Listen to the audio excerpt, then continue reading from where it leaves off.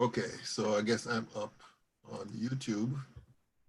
Okay, so let's continue our discussion of chapter 10. And now we'll be talking about another theory that is used to explain how atoms are bonded to each other to form molecules. So this does not contradict in any way what we discussed before with regards to Lewis structures. It basically goes into more detail and explains some of the things that the Lewis structures and also the VSEPR theories predicts, all right?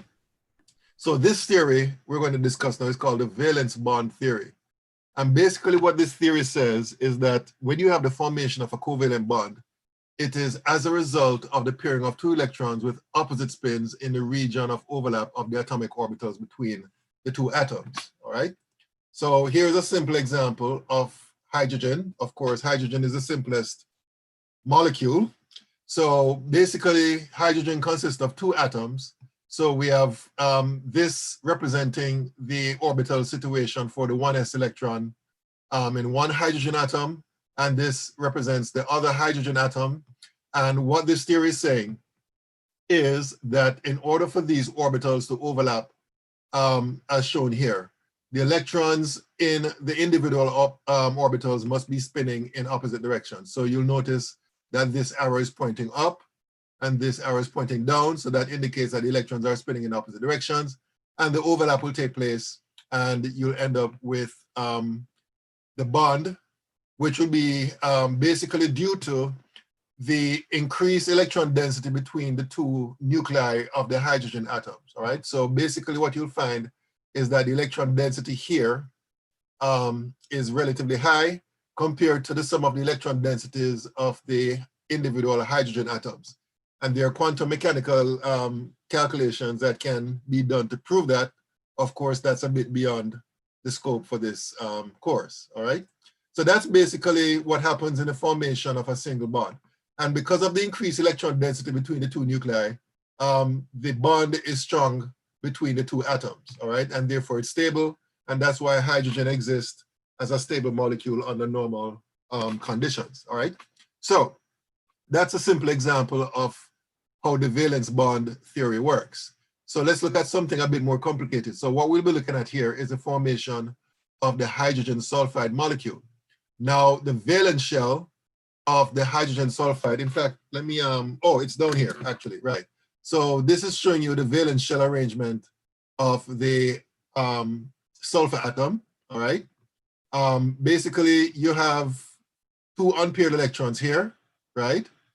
This 3p orbital is completely filled, right? So this will not be involved in bonding, but these two 3p orbitals, singly occupied, will be involved in bonding with two hydrogen atoms, which each has an electron in the 1s orbital. So basically what will happen is that one hydrogen atom here with this 1s electron will basically overlap with the 3p orbital here, which is in this case 3pz. And the same thing will happen between this hydrogen atom and the 3py orbital. And therefore you're going to have a bond being formed here, a bond being formed here. You're going to have you're going to have one p orbital, which is not involved in bonding, which is this p orbital here. And that would be the p orbital that is occupied by two electrons, all right? Okay, so that's basically what happens in the case of hydrogen sulfide. And there are data that basically supports this. For example, it is known that the bond in hydrogen sulfide turns out to be 90 degrees, right? Which comes as no surprise based on the valence bond theory explanation of this, because as you can see here, this PZ axis and this PY axis are 90 degrees. So you'd expect that the bond angle between these two hydrogens would be 90 degrees, all right? Okay, so that's the situation of bonding in hydrogen sulfide. Now, some important points here, right?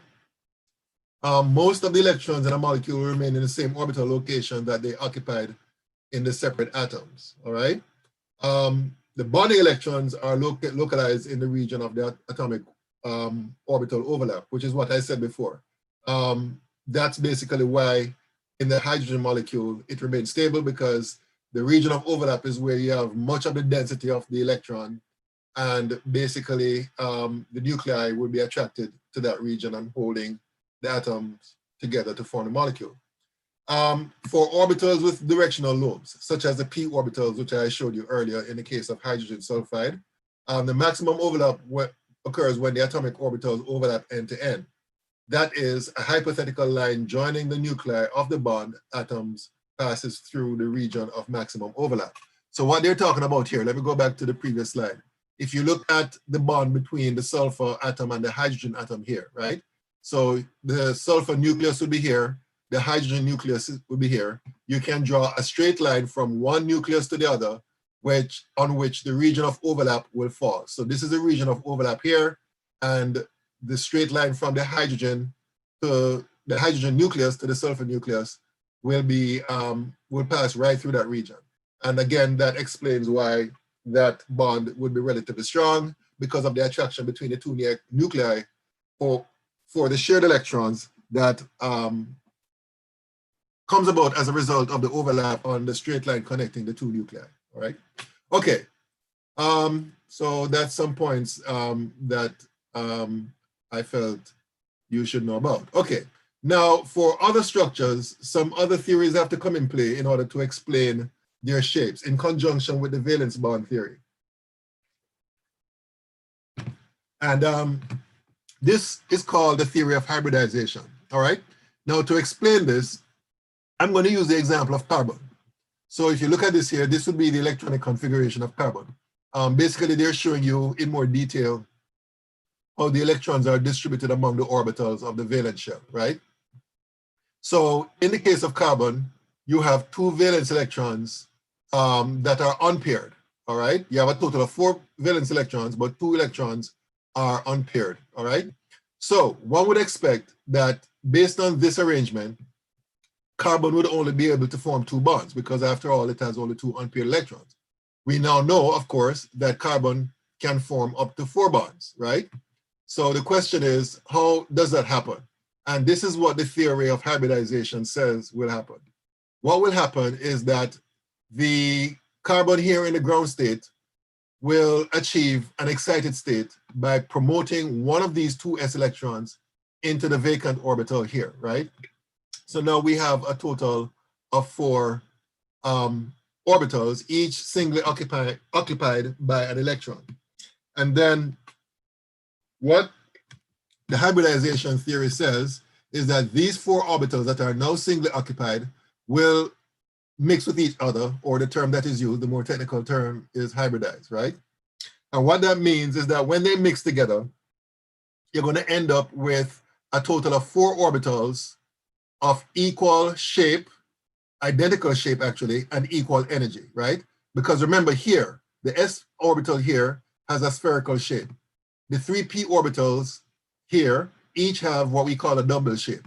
And another thing that is different between these orbitals is that the 2p orbitals are higher in energy compared to the 2s orbital. So according to the hybridization theory, what will happen is that the 2s orbital will mix with the 2p orbitals, and you're going to end up with 4 sp3 hybrid orbitals, which will have the same shape and same energy, all right? So that is what is shown in this picture right here, all right? Here are your 3p orbitals, and they have an energy level about here. Here is your s orbital, which is spherical in shape. So when they mix together, you're going to end up with 4 sp3 hybrid orbitals, which are shown here. These are the 4 sp3 hybrid orbitals, all right? And you'll notice that the way these sp3 hybrid orbitals are arranged, they're arranged in the order or in the shape of a tetrahedral arrangement, all right? So basically, this is what we're talking about here with respect to these orbitals. Let me just say something here about the designation sp3. So sp3 basically means that these hybrid orbitals are formed from 1s orbital, which is this 2s orbital here, and 3p orbitals. So therefore, that's why they're designated sp3. So here we have 4 sp3 hybrid orbitals of equal energy and equal shape. And another thing I want to mention too is that the energies of these sp3 hybrid orbitals is somewhere between the energies of the 2s and the 2p orbitals here, all right? So that's basically how we end up with these hybrid orbitals. And because they are arranged in a tetrahedral arrangement, as you can see here, that explains why a molecule such as methane has a tetrahedral shape. So this is basically supporting the shapes that are predicted by the VS-EPR theory, right? So in the case of methane, the formula for methane, of course, is CH4. And basically how methane is formed according to this theory, you have the nucleus here, you have the 3 sp3 hybrid orbitals, and you have 4 hydrogen atoms, each having an s orbital. So therefore, you're going to have an overlap here, overlap here, overlap here, and overlap here to form your methane molecule. Each overlap is the overlap of an sp3 hybrid orbital and a 1s orbital, all right? So a single bond in each case from, let's say, here to here is the result of the overlap here. Same thing is true here, same thing is true here, and the same thing is true here. And that explains, using the valence bond theory and the hybridization theory, that explains the shape of the methane molecule, which is tetrahedral, where the bond angles are approximately 109 degrees, all right? So that explains the sp3, explain the shapes of the methane molecule using the hybridization theory and the valence bond theory, all right? And if you understand this, then you should be able to appreciate what happens in the case of ammonia. In the case of ammonia, it's basically the same thing as in the case of methane, with the only difference that one of the sp3 hybrid orbitals here will basically be occupied by a lone pair of electrons. But all the other sp3 orbitals here will be overlapping with a 1s orbital here, here, and here, all right? There's no overlap here because this pair of electrons here will be completely filling that sp3 hybrid orbital. So therefore, this would be the structure of the ammonia molecule. In terms of the electron group arrangements, it would be tetrahedral, but in terms of the actual geometry of the molecule as defined by the atoms, the shape would be pyramidal, which is what we learned already when we were discussing the valence electron pair repulsion theory, right? And then, let me see here, the next, oh, I thought we had the water example. But basically in the case of water, you're going to have a lone pair here, you're going to have a lone pair here, no bond here, and therefore the shape would be defined by the other atoms, where the shape would be bent, which again is what we would have predicted using the VS-EPR theory. Okay, so that's one type of hybridization, and there are others, right? So the next type of hybridization will be, well, before I move on, I want to make sure that you guys understand this. So are there any questions about sp3 hybridization as it relates to methane and ammonia? No, I don't think so. Makes sense. Okay. I mean, abstractly. Yeah, it's like, right. And I don't know if I warned you about this when I started with chapter, I think it was 10. But, you know, these topics admittedly are very abstract. So I can easily understand if you guys have some challenges, you know, appreciating it. So don't be scared to stop me at any point in order for me to, you know, reiterate a particular point that I may have explained, right? Because I remember when I was a student, I used to struggle with these when I first met it. But, you know, it's kind of important, especially when you move on to organic chemistry. You're going to see that hybridization plays a role in terms of, you know, structures or compounds, organic compounds especially, exhibiting certain properties. So kind of important for us to cover it, even though I know it's a bit challenging. Okay, so let's talk about another type of hybridization known as sp2 hybridization. And in this particular case, you have the mixing of one 2s orbital with a 2p orbital in the valence shell. So we're talking about elements in period 2. All right, so in this case here, this element is boron. This is the electronic configuration of boron. All right, so here we have 2 electrons in the 2s orbital, 1 electron in one of the 2p orbitals. So again, you'd expect based on this that boron would only form 1 bond, but we now know that boron will form 3 bonds. And the reason why that happens is because, again, you'll have the promotion of an electron from the 2s orbital into one of the 2p orbitals. So you get this arrangement, and then you get the mixing of these orbitals to form your these 2s and these 2p orbitals to form our sp2 orbital. Key thing you need to keep in mind is that there will be a 2p orbital which will remain unhybridized. All right. So basically what that means is that when these 3 orbitals are mixed, you're going to end up with 3 sp2 orbitals which have the same energy and shape, but the 2p orbital here will remain and will retain its energy and its shape. All right. So to give you a picture of what it looks like, basically this is what happens. Now I'm just noticing this for the first time. I don't know what this is doing up here, determining empirical formula. This has nothing to do with the topic. So anyway, as I said before, in the case of sp2 hybridization, you're going to have 2 2p orbitals mixing with a 1s orbital to form your 3 sp2 orbital. There'll be 1 2p orbital which will be unaffected by hybridization. So therefore, its energy will not change. And the shape would be the same, which would be the same as this one here, right? So in terms of how the sp2 hybrid orbitals are arranged spatially, this is what they look like, right? And as you can see, the shape adopted by the 3 sp2 hybrid orbital will be a trigonal planar shape, all right? Now, you might be wondering, where will the p orbital be, the unaffected p orbital be in relation to this? And the answer is that this p orbital will be basically aligned such that its axis will be perpendicular to the plane set by the 3 sp2 hybrid orbitals. So basically, if you can imagine, one lobe of the p orbital would be above the plane, and the other lobe of that p orbital would be behind the plane. And I think I may have a diagram. Let me see here. No, I don't, unfortunately. Let me see here. No, unfortunately, I don't. I wish I probably should look it up. But basically, you're going to have a plane set by these 3 sp2 hybrid orbitals. And then perpendicular to that plane, you're going to have the p orbital aligned right through the middle here. All right. And that would be basically the arrangement of the sp2 hybrid orbitals in relation to the p orbital. Third type of hybridization we'll be looking at here is sp hybridization. So if you're following the logic of what we discussed with respect to sp3 and sp2, then you should be able to understand what happens in the case of sp hybridization. So basically, if you have this situation here, now something, so if you have, which molecule is this? This would be, hold on, wait a minute. This atom I said was boron. So that means this would be beryllium. No, yes, this would be beryllium here. All right, for sp2 hybridization. And for sp, this would be,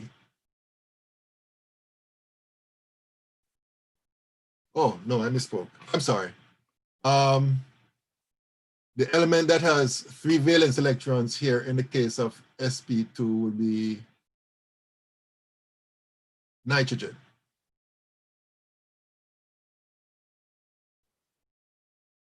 What's it? Which element has atomic number 5? That would be boron, right?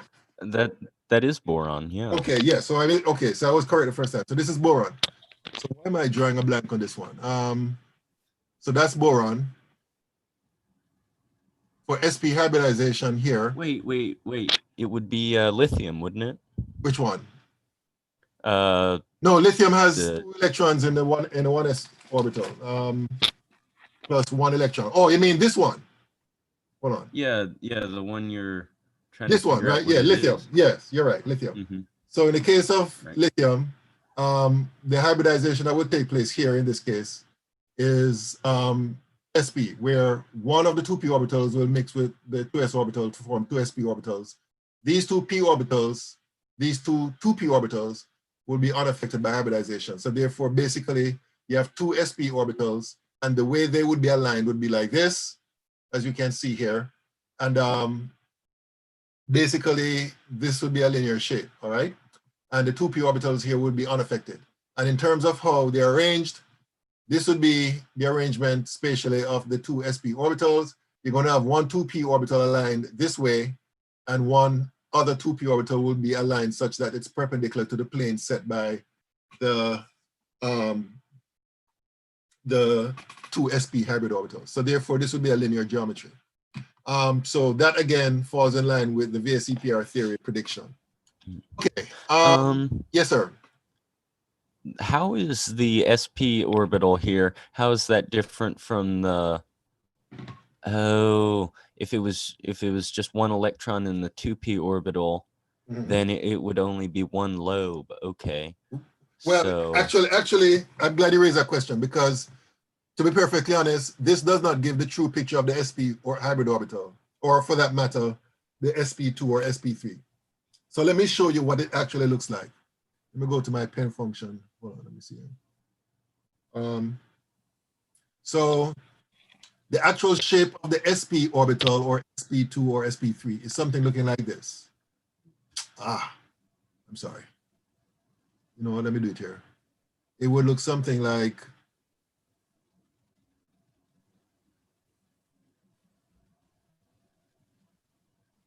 that, right? Where it has two lobes. Lopsided? Right, exactly. It has two lobes, but one side is larger than the other. And the reason why that is because this is a hybrid orbital of this and this, right? So this hybrid orbital has some characteristics with the s orbital, which would be this part right here. Well, actually, the spherical part here. And this region here looks like the p orbital that it comes from, all right? So basically, that's the shape. So actually, in this diagram here, for example, you should have a little lobe here that goes along with the rest of this orbital right here. And then there's another little lobe here, which goes along with the rest of this hybrid orbital here. So that's the actual shape. For some reason, they don't show the little lobe here for the sp hybrid orbital. And the shapes are similar for sp2 and sp3. Now, the difference between them is that in the case of sp3, since there are three p orbitals that come together with one s orbital, the lobe for the sp3 hybrid orbital will more resemble a p orbital than an s orbital, right? Because it has more p character, all right? Whereas the sp2 would be less resembling the p orbital, and the same would be true for the sp, all right? All of this, believe it or not, will become important for those of you who plan to do organic chemistry. It might not look so now, but understanding this will be very important, all right? Okay, let's see here. Okay, so let's talk about the d subshells and the type of hybrid orbital formation that can result with them being involved. So for example, let's say we have this element here. So I think this is phosphorus, exactly. Okay, so this would be the electron configuration of phosphorus, and you'll notice that you have 3 electrons here, each occupying a p orbital singly, and you have 2 electrons here paired up in a 3s orbital. So if you remember, and this will make it clear, why is it that elements in period 3 and beyond can have more than 8 electrons on their outer shell when they form molecules? Remember we talked about that? Remember we said that elements in period 3 and beyond can expand or, well, expand their octets, basically, so that they have more than 8 electrons on their outer shell. You're going to see the reason why here, why it happens in this case, right? In the case of phosphorus, this would be the arrangement. So if this were to be involved in bonding, you'd expect only 3 covalent bonds and therefore an octet, right? But it turns out that what can happen is that one of these electrons can be promoted to one of these vacant d orbitals, right? So you end up with this here. And now we have 1, 2, 3, 4, 5 orbitals occupied by a single electron. So what you can have here is a hybridization of this s orbital, these 3p orbitals, and this 3d orbital to end up with 5 sp3d hybrid orbitals, right? And each of these orbitals can be involved in bonding. And therefore, that's the reason why you're going to end up, in some cases, with phosphorus having more than 8 electrons on its outer shell. It can actually have up to 5 times 2, 10 electrons on its outer shell because of the expanded valence shell that we can get as a result of the promotion of an electron from here to one of these 3d orbitals and then hybridization taking place after, where, as I said before, these 5 orbitals will mix and form your 5 sp3d orbitals. These 3d orbitals will remain unchanged, same in energy, same in shape, but the 5 sp3d orbitals will have a different shape compared to the 3d orbitals, and this is how they're arranged, right? By trigonal bipyramidal, which again is what is predicted by the VSEPR theory, all right? So that explains why phosphorus, sulfur, and all other atoms from period 3 and below, they can expand their octet because you can have the promotion of electrons from lower orbitals to higher orbitals, the d sublevel orbitals, and those can undergo hybridization to give the required number of orbitals, which would be singly occupied by electrons. And in this case, that would be the sp3d set of orbitals that are formed, all right? Let me see here. This is sulfur, right? In the case of sulfur, what happens in this case is that this electron and this electron will be promoted to these 2 3d sublevels. So you're going to end up with 6 total orbitals singly occupied by electrons. Then this s orbital, along with these 3p orbitals, along with these 2d orbitals, will undergo mixing or hybridization to form sp3d2 hybrid orbitals. These 3d orbitals will not be affected. So this is what you're going to end up with. Your 6 sp3d2 hybrid orbitals. These 3d orbitals are not affected. And this would be the arrangement, which would be the octahedral arrangement, which again is what you'd predict for that arrangement according to the VSEPR theory. All right, so again, we see an expansion of the valence shell, which results in this particular atom, sulfur, being able to have, in this case, up to 6 electrons on its outer shell, or 6 bonds, I should say. All right, okay, any questions about expanded valence shell for elements in period 3 and beyond, based on the hybrid theory? No, it makes sense. Okay. Oh dear. So basically, we now get to the question of how do we predict the hybridization schemes for different atoms in a molecule or ion? Well, basically, it's going to be based on some things that you'd have done before or learned before. First thing you need to do is write a plausible Lewis structure for the molecule or ion. We all know how to do that by now. The next step is that you use a VSEPR theory to determine the electron group geometry. And this is very important, not the actual shape of the molecule, but the electron group geometry of the central atom. And then based on that, you can tell what the hybridization scheme is. And the next page basically shows you the hybridization scheme based on the shapes of the electron pair geometry, all right? So if the electron pair geometry is linear, the hybridization of the orbitals involved would be sp orbitals. In the case of a trigonal planar arrangement, it's sp2. If it's tetrahedral, sp3. If it's trigonal bipyramidal, sp3d. And, excuse me, if it's octahedral, it's sp3d2. So that's how you can, that's how you can predict the hybridization based on the geometry set by the electron groups, not the shape of the molecule, but the electron groups, all right?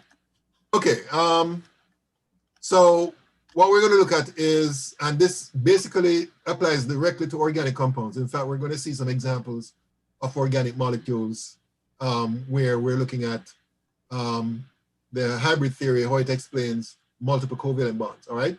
So remember, a covalent bond is formed as a result of overlap between orbitals. Now, if the overlap is end-to-end, right, regardless of the orbital type, then we call these sigma bonds, all right?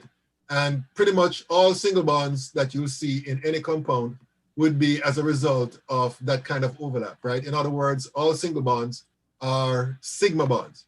Now, on the other hand, if you have a bond formed as a result of side-by-side overlap, then we call that bond a pi bond, all right?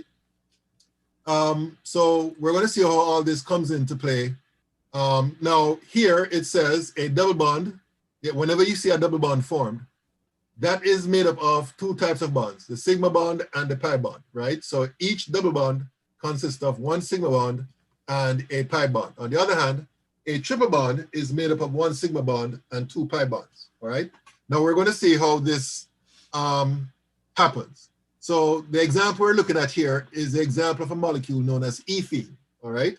Ethene, this is the structural formula for ethene, or the Lewis symbol for ethene, all right? Now let's look at the type of hybridization we're talking about here.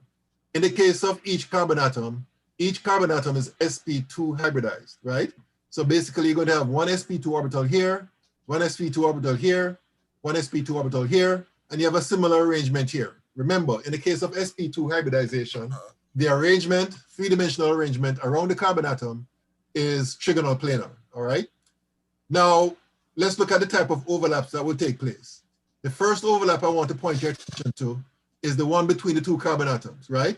So you have an end-on overlap between the two sp orbitals here, right?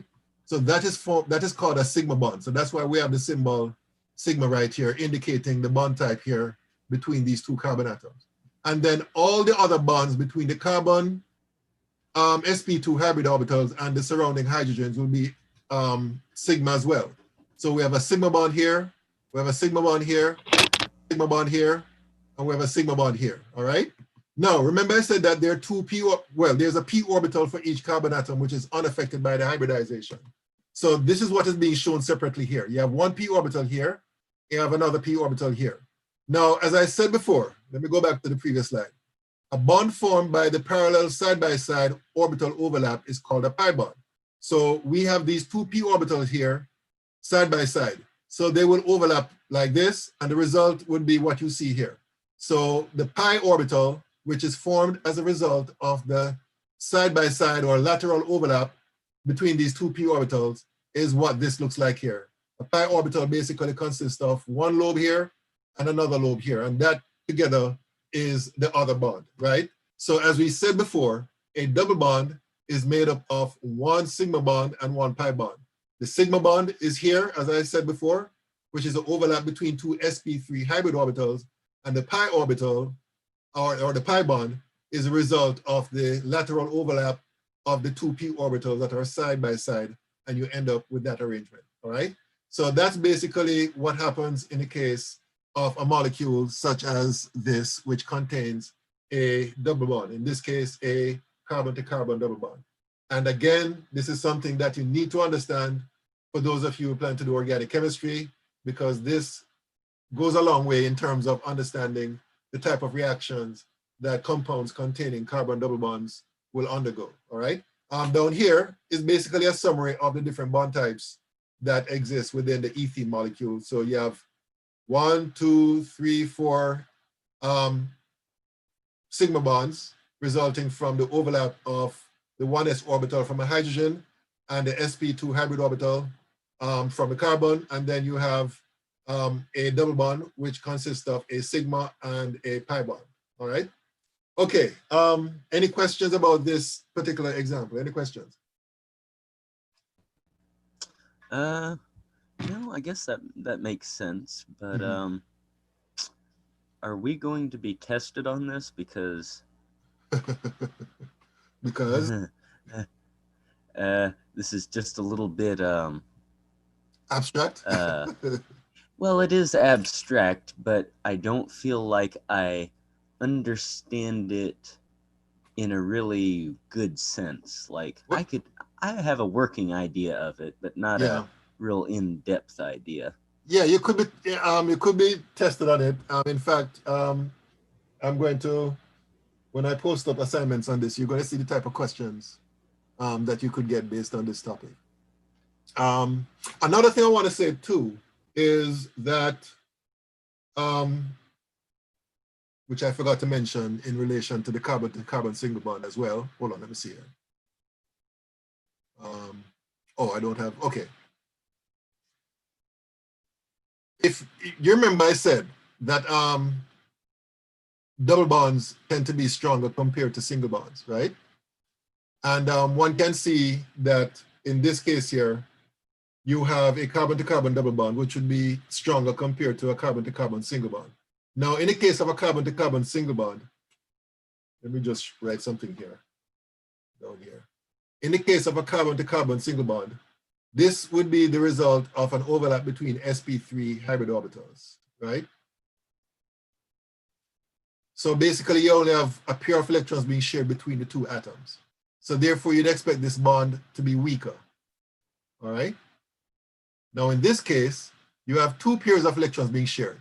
You have an electron pair being shared between these two sp3 hybrid orbitals, and you have an electron pair being shared between these two p orbitals, which form the pi bond. So therefore, as a result, the carbon-to-carbon double bond will be stronger than the carbon-to-carbon single bond, right? So stronger, and this will be weaker, all right? Well, I thought that all of the valence electrons were transferred to the, what is it, the sp2 or sp3 orbital, and there weren't any electrons in the 2p orbital. Not in the case of carbon, because let me go back to, see if we can find this. Hold on. Okay, this is,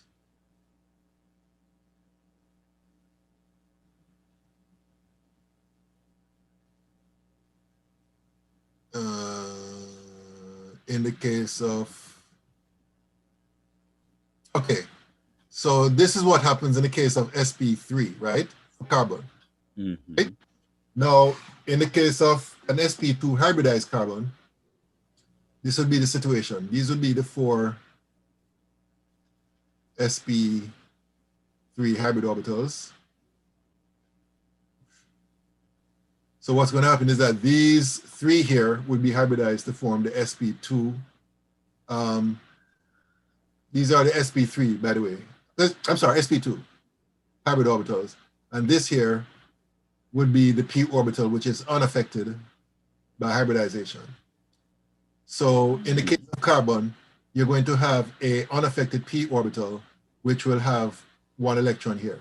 And that's the reason why, going down to this structure here,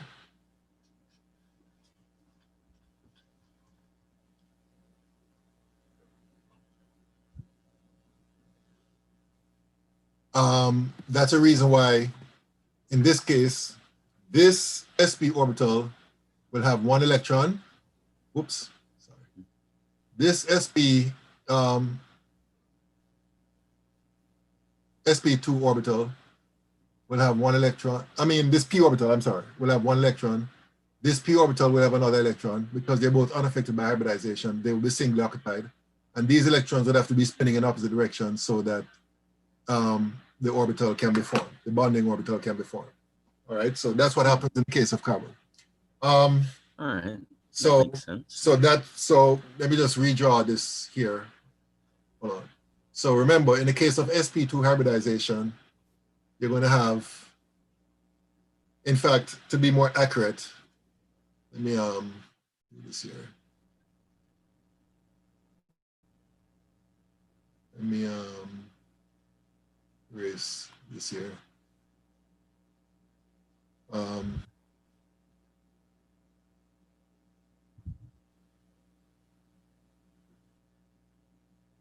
Okay, so to be more accurate, this is what happens.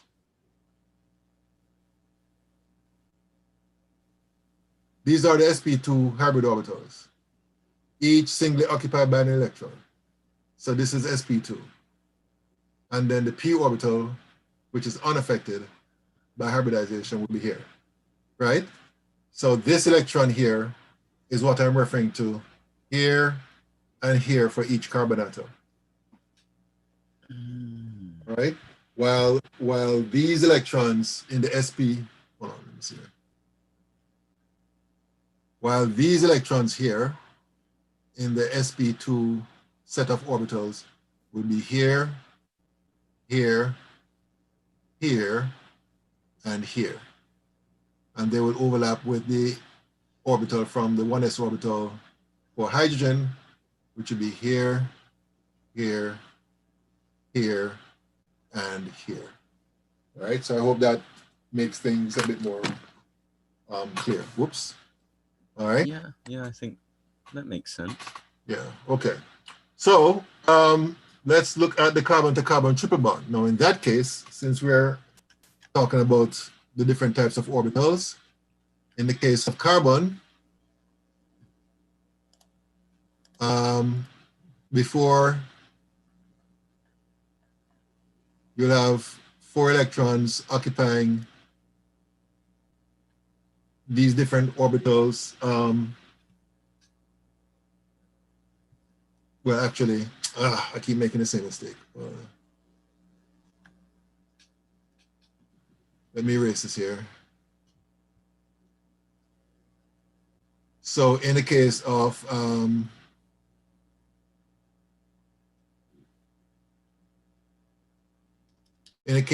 sp hybridization, this is what happens.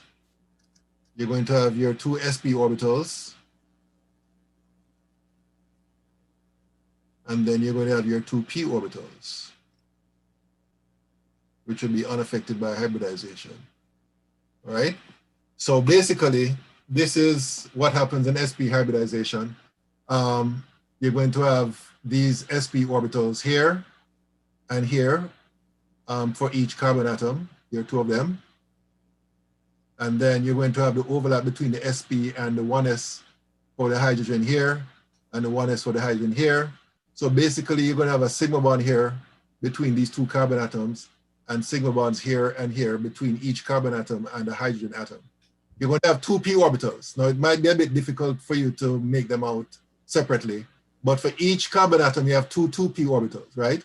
So for this carbon atom, you have a 2p orbital. I'm just going to try to draw a straight line indicating where that p orbital is. And then the other p orbital will be aligned like that. And the same thing is true for this carbon. And you have that, right? So that's how the 2p orbitals are aligned, right? And each p orbital will have, as we said here, these are the p orbitals, will have a single electron, right? So this p orbital will have an electron. This p orbital will have an electron. Same thing is true here, and the same thing is true here. So what you're going to have is an overlap sideways by these 2 p orbitals here and down here. And then you have another overlap sideways. No, this is really looking confusing. I'm sorry about that. It's kind of hard to show you on a one-dimensional plane. And there are models that we actually have in the lab at the college where I can actually show you this in person. But this is the best I can do for now. I'll see if I can post something online which will be more clear. But the result of all those overlaps would be the formation of 2 pi orbitals, right? Again, this might seem a bit confusing, but basically you have, how should I say, 1 pi orbital, which would be between, which would be made up of this lobe and this lobe here, and another pi orbital, which would be made up of this lobe and this lobe here. And it turns out that when all of them are combined, it actually looks like what you see over here, right? So basically, it's like you have a cylindrical shape as far as the pi orbitals are concerned collectively. All right, so basically, the triple bond between 2 carbon atoms consists of 1 sigma bond and 2 pi bonds. All right, and again, as I said before, this will become important when you guys get to organic chemistry. All right. Okay. Any questions about these? Any questions? I thought that carbon was it promoted its electrons to a sp3 orbital. No, that's in the case of sp3 hybridization. So let me show you what happens in the case of sp hybridization. Originally, let me do it down here. As in the case of any carbon atom, you're going to have this.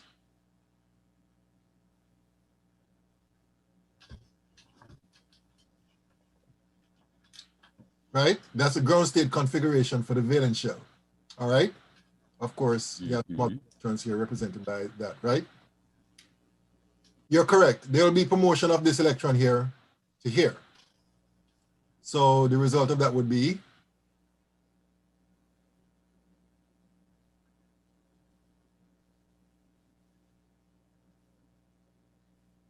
right? So this is the 2s, this is the 2p. So in the case of sp hybridization, what will happen is that this 2s orbital will mix with one of these 2p orbitals, right? So basically, you're going to have the mixing between that and this right here, right? And the result will be what we have over here. You're going to end up with 2 sp orbitals and the remaining 2p orbitals unaffected by hybridization. Right? So the difference between this and methane is that in the case of methane, you would have 2s mixing with all of the 2p orbitals to form sp3 hybrid orbitals. But in this case here, in the case of ethine, which is the name of this molecule here, the name of this molecule here is ethine. In the case of ethine, you're going to have only the mixing of an s and a p orbital to get sp hybrid orbitals. And then the 2p orbitals are unaffected. So these would end up forming the sigma bonds, and the 2p orbitals will end up forming the pi bonds. All right? All right. Okay, so one consequence of the type of bonding that we saw, multiple bonding, is a particular phenomenon known as geometric isomerism. Now, let's define what we mean by, well, I don't know if you have met the term isomers before. Isomers are basically different compounds having the same formula, right? So you can have two compounds that are different, but the formulas are different, or the formulas are the same, I should say, right? And the difference could be due to several reasons, right? One example of, let me give an example of two compounds that are isomers. There are two compounds that have the formula PbO2, all right? Now, one of them would be lead 4 oxide, all right? And the other one would be lead 2 peroxide, lead 2 peroxide, all right? So these are two different compounds, but the formulas are the same, right? PbO2, right? So that's an example of what we call isomers. They're different compounds, but their formulas are the same. And you have different types of isomers. You have structural isomers. Let me give an example of two compounds that are structural isomers. There is this compound here, CH2, CH2, CH3, all right? So we're getting into some organic chemistry here. And then you have this compound here, CH3, CH3, right? Now these two compounds, they have the same formula, which would be C4H10. If you count up all the carbons and hydrogens, you'll see that they have the same composition, C4H10, right? But they're different. They're different compounds. They have different physical properties, different chemical, well, their chemical properties are almost the same, but again, there are some differences, right? So these are examples of what we call isomers. Isomers are compounds that have the same formula, same molecular formula, same chemical formula, but they're different compounds, all right? Now, the type of isomerism that we'll be looking at here, let me just erase this here to avoid confusion. So the type of isomerism that we're talking about here in this case is what we call geometric isomers. And basically geometric isomers differ only in terms of the shapes or the geometric arrangement of the atoms. Let me go back to pointer. Okay, so Here are two examples of such a type of isomerism, geometric isomers. If you look at these closely, if you examine their structures closely, you'll see that in this particular compound, you have two hydrogens on the same side of the carbon double bond. And in this case, the two hydrogens are on the opposite sides. And the same will be true for these two groups here. In organic chemistry, we call them the methyl groups, basically the CH3 units, all right? So the name given to this compound, this is called cis-2-butene, right? And this is called trans-2-butene. You don't need to concern yourself with how we arrive at the name butene for now. I leave that for organic chemistry. But the point here is that even though they have the same composition, and even though in terms of how the atoms are connected, they are the same, they are different. And the reason why they're different is because of the spatial arrangements of the atoms in the molecule. Now, that is as a result of the fact that, going back to the formation of the alkene double bond here, right? There's a term called restricted free rotation. I won't go into all the details, but basically what happens is that because of the pi bond being formed as a result of the overlap of the two p orbitals here and here, it holds the rest of the atoms in a rigid arrangement. So whenever you have a carbon to carbon double bond like this, it's very difficult for you to get from this structure to this structure physically. You can't do that physically. You'd have to actually involve a chemical reaction which breaks the pi bond, right? So you'd have to break the pi bond in order for that transformation to take place, all right? And that can be done. In fact, that can be simply done by adding acid to it, and that will result in the breaking of the pi bond, all right? So that's one of the consequences of the existence of the pi bond. The consequence is that certain compounds, such as the ones that we see here, will exhibit this form of isomerism known as geometric isomerism, all right? Okay, what time is it? It's now 1:26. Okay, let me see what's next. Okay, I think I'm going to stop here because this topic is a bit involved. Let me just check something here. Yes, I think I'm going to stop here for today. All right, so that's it for today. So give me a minute. Let me get my grade book. I'll be right back.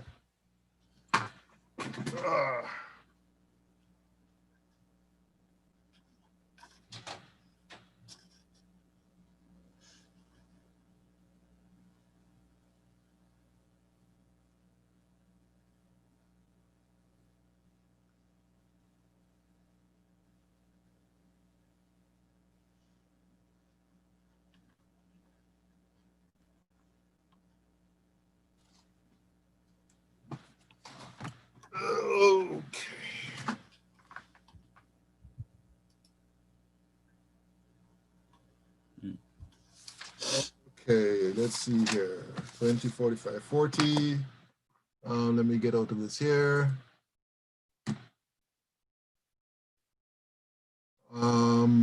So today is the 22nd.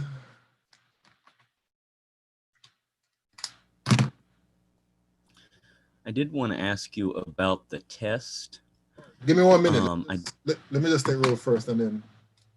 All right, cool. Let me see. Arius Rios, not here. Barber. Here. Okay, my pens are running out. Chang, not here. Chavis, not here. Clark is here. DeGraff, I don't see DeGraff. Franklin, Han, Haron is here. Oh, I missed Hannick. Is Hannick here? Okay, Haron is here. Holland is here. Jurgensen, Rees, Rouse is here. I'm here. Ronels is here. Santiago is here. And Smith is not here. Okay. You had a question about the test. Yes, sir. Yeah, on question, I think it's number 3. All right, hold on. Let me see if I can okay. Stay there. So let me go here. Yeah, I'm just finding it here. Okay. Yeah, I'm trying to find it It myself so I talks- can follow. Hold on. All right, cool. Test. Okay. Okay. Download. Okay, what question is it? Number 3B. Number 3.